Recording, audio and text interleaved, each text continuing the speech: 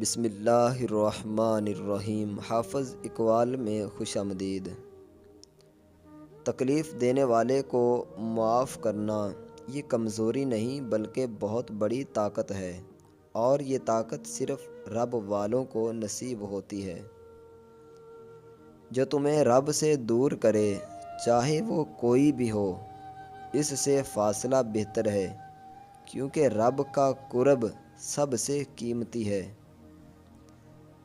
زندگی کی اصل خوبصورتی تب ہے جب انسان دوسروں کے لیے آسانی کا ذریعہ بنے، نہ کہ ان کی مشکلات میں اضافہ۔ تم جو کچھ بھی ہو رب کی عطا سے ہو، اس لیے ہمیشہ شکر ادا کرو، تکبر نہ کرو، کیونکہ وہ سب واپس بھی لے سکتا ہے۔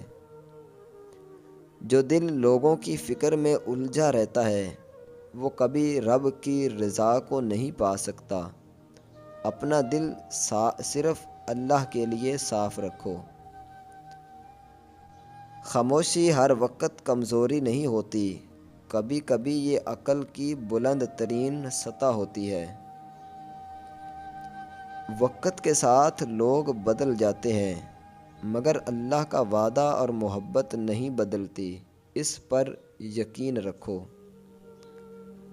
اللہ کسی کو خالی نہیں لوٹاتا، یہ تمہاری دعا قبول کرتا ہے، یہ تمہیں اس سے بہتر عطا کرتا ہے۔ اگر تم رب کے ساتھ مخلص ہو تو دنیا کی کوئی طاقت تمہیں نیچا نہیں دکھا سکتی۔ عبادت وہ رشتہ ہے جو رب سے براہ راست جوڑ دیتا ہے۔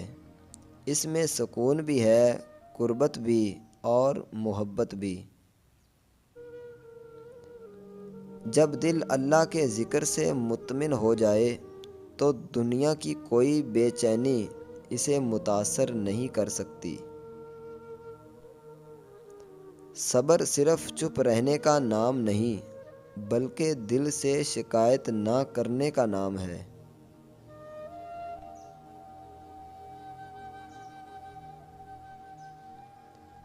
جو شخص اللہ سے لو لگا لیتا ہے، اسے کسی اور سہارے کی ضرورت نہیں رہتی۔ رب دلوں کا حال جانتا ہے، اور وہی دکھوں کا سب سے بڑا مرہم ہے۔ زندگی میں جو کچھ جاتا ہے وہ سبق دے جاتا ہے، اور جو باقی رہتا ہے وہ امتحان بن جاتا ہے۔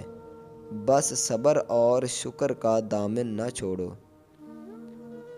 کامیاب وہی ہوتا ہے جو اپنے دل کو ہر وقت صاف رکھے۔ بغض، حسد اور نفرت سے بچاؤ، کیونکہ یہی چیزیں دل کا سکون چھین لیتی ہیں۔ جب دل ٹوٹے تو مخلوق کے در پر نہ جاؤ، سیدھا سجدے میں گر جاؤ، کیونکہ رب ٹوٹے دلوں کو جوڑنے میں دیر نہیں کرتا۔ تمہارا اصل حسن تمہاری زبان میں ہے، کیونکہ خوبصورتی تو وقت کے ساتھ ماند پڑ جاتی ہے، مگر الفاظ کا اثر دیر پا ہوتا ہے۔ ایمان کی مٹھاس اس دل میں ہوتی ہے جو ہر حال میں اپنے رب پر بھروسہ رکھتا ہے، چاہے حالات جیسے بھی ہوں۔ اپنے عمل کو